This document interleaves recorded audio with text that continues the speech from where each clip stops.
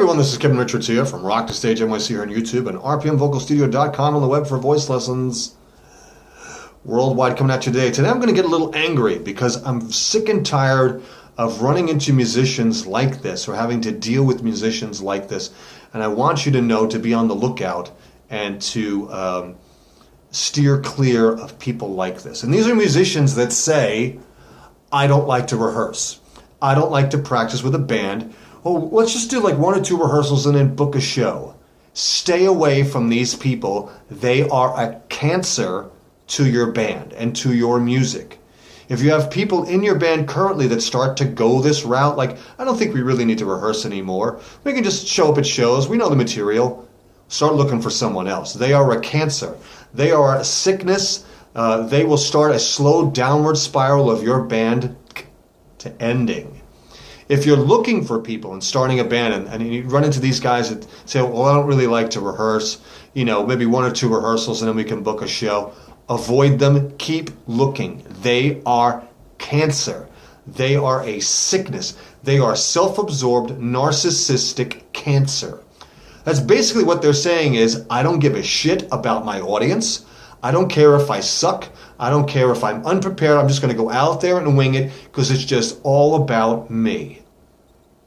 There's a certain thing that happens when musicians get together and play and rehearse and spend time going over material, working things out. There's a certain synergy, a certain sync that happens between people.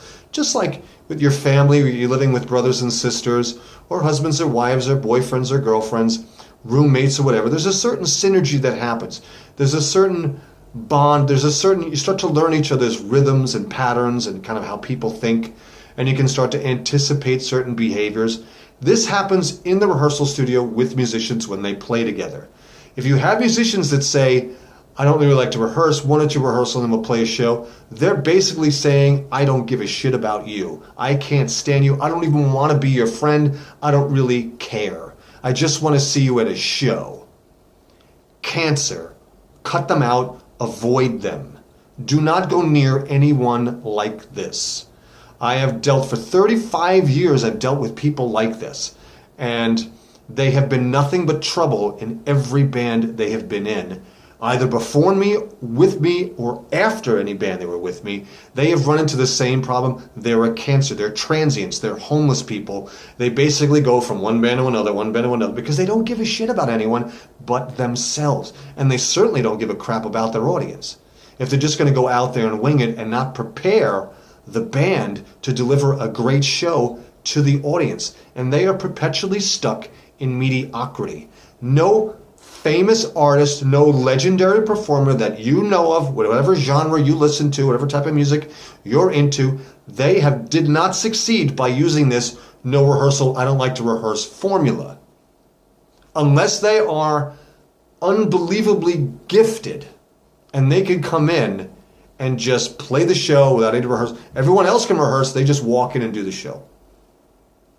And that's very, very rare. No band, no performing artist that you like that is currently out there or has been since like the 1920s, even in vaudeville, doesn't prepare, doesn't rehearse.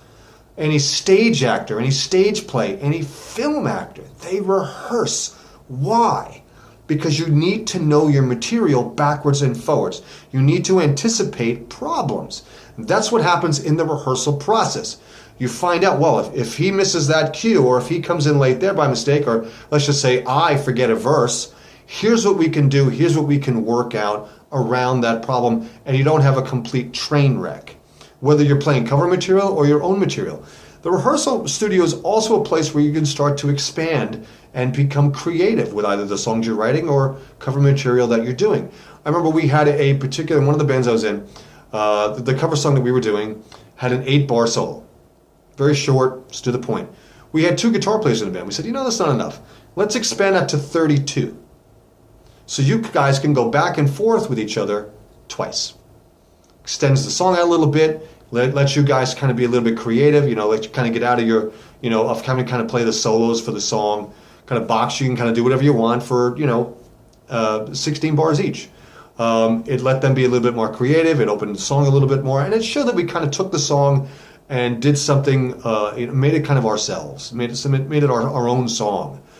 This does not happen if you have people that say they don't want to rehearse. Avoid these people like a cancer. Cut them out. And that's the end of my rant for today. Until next time, don't forget to subscribe. Please ask questions below on this or any other subject having to do with singing or performing or doing a band or anything like that. Please ask them below. I'm more than happy to answer your questions. Subscribe to the channel if you're not subscribed. Please share this if you like.